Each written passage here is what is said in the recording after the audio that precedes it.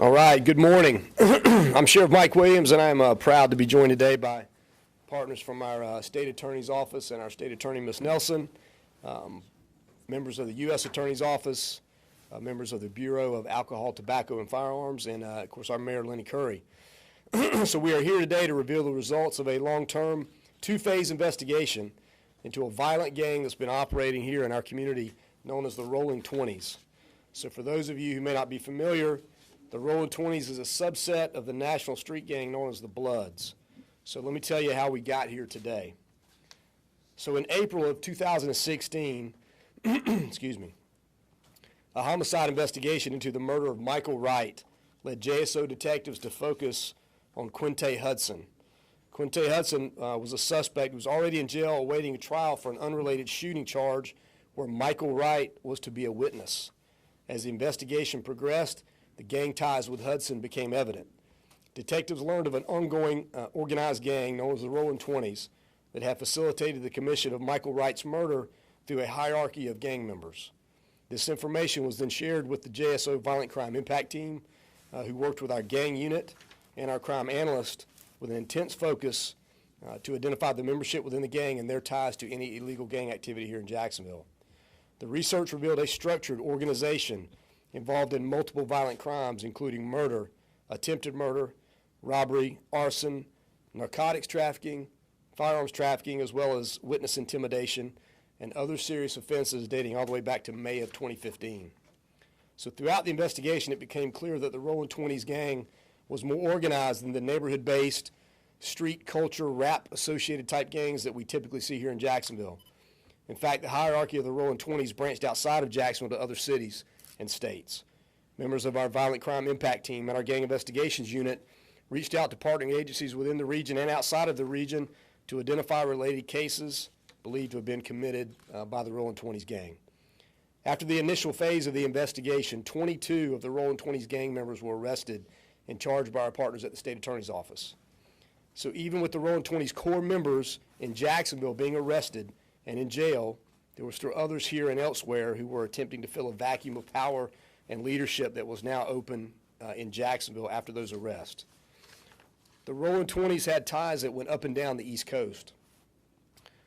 Cities, Augusta, Richmond, Baltimore, and some cities in California were also involved.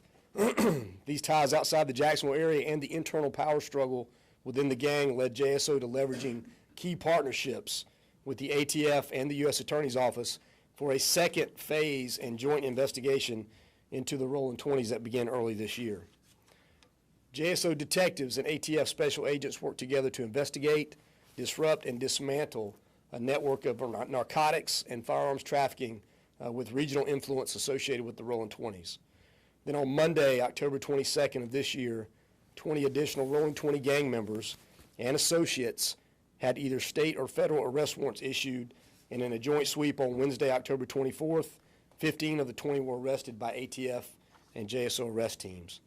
The entire investigation resulted in 46 defendants associated with the Rolling 20s being arrested on felony charges ranging from murder to cocaine sales and lengthy prison sentences that they will see in their future.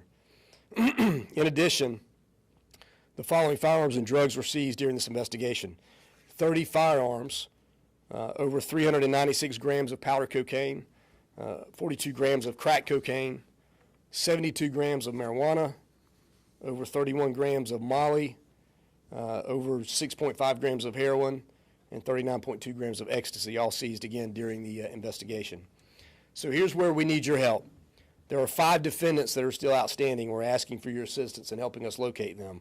I encourage anybody with any information on these 5 outstanding suspects to reach out to us at our crime tip, JSO crime tips at jacksheriff.org, or First Coast Crime Stoppers to remain anonymous, 1-866-845-TIPS, and obviously receive a possible reward when going through Crime Stoppers. The information on the outstanding suspects will be provided to you as we end the press conference. So, ladies and gentlemen, the partnership that we share with our local, state, and federal law enforcement agencies is extremely valuable, as you can see. And this investigation clearly demonstrates what happens when we all work collectively together to reduce violent crime in our community by targeting gang members and other violent offenders And I have to tell you that I am thankful for the hard work that was put into this investigation by not only the men and women of JSO, but the agents of ATF, our state attorney's office, our local U.S. attorney's office. I know that we all look forward to these suspects being held accountable for their crimes against our community.